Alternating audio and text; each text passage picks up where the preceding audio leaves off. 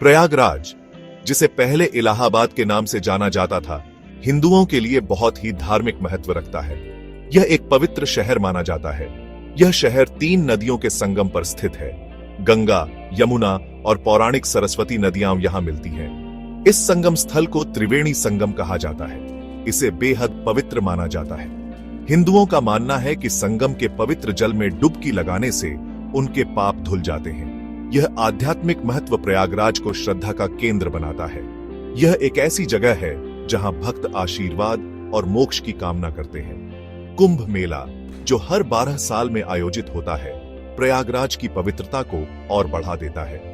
यह भव्य त्योहार शहर का रूपांतरण कर देता है। दुनिया भर से लाखों तीर्थयात्री इस धार्मिक उत्सव में भाग लेने के लिए इकट्ठा होते हैं। कुंभ मेला सिर्फ एक त्योहार नहीं है, यह आस्था की अटूट शक्ति का प्रमाण है।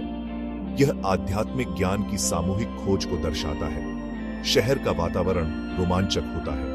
हवा में उत्सुकता और भक्ति का एहसास होता है। कुंभ मेला उन गहरी जड़ों वाली मान्यताओं का प्रमाण है जो हिंदुओं को एक साथ जोड़ती है। यह उनकी साझा सांस्कृतिक और आध्यात्मिक विरासत का उत्सव है।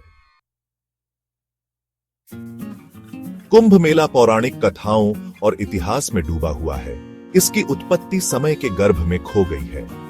प्राचीन किंवदंतियां अमृता के अमृत के लिए देवताओं और राक्षसों के बीच एक दिव्य युद्ध के बारे में बताती हैं। इस संघर्ष के दौरान अमृत की बूंदें पृथ्वी पर गिरी। वे 4 स्थानों पर गिरी: प्रयागराज, हरिद्वार, नासिक और उज्जैन। माना जाता है कि इन पवित्र बूंदों ने इन स्थानों पर नदियों को पवित्र किया है।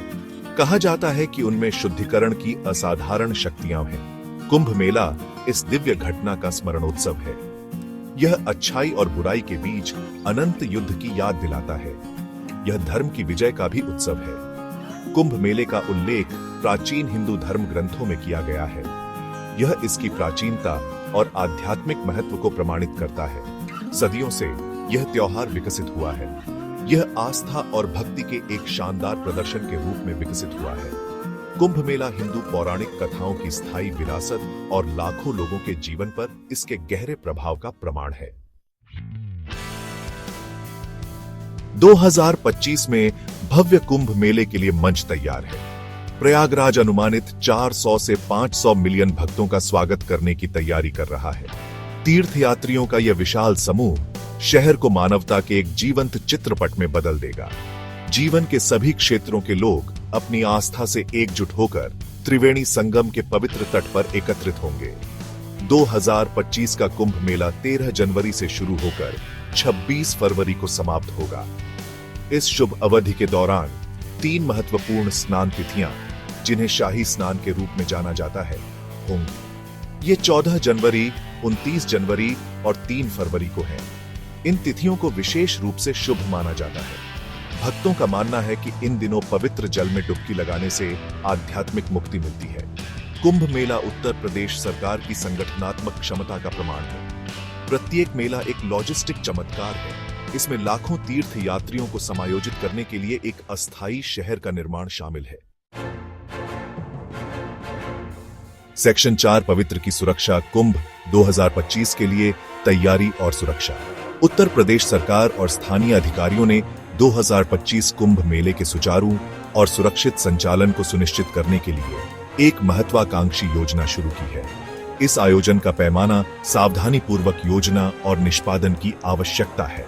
अधिकारी सभी उपस्थित लोगों के लिए एक सुरक्षित और यादगार अनुभव प्रदान करने के लिए प्रतिबद्ध हैं।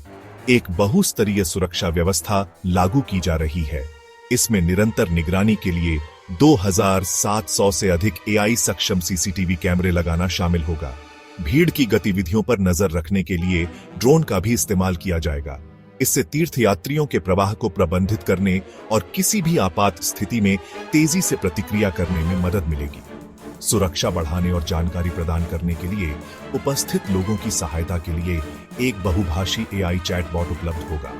यह अभिनव उपकरण मेले के विभिन्न पहलुओं पर वास्तविक समय की जानकारी प्रदान करेगा। इसमें आवास, परिवहन और आपातकालीन सेवाओं के बारे में विवरण शामिल होगा। चैटबॉट कई प्लेटफॉर्मों के माध्यम से सुलभ होगा। सेक्शन 5 संस्कृति और आस्था का ताना बाना कुंभ मेले में गतिविधियां। धार्मिक महत्व से परे कुंभ मेला भारतीय संस्कृति और विरासत का एक जीवंत उत्सव है।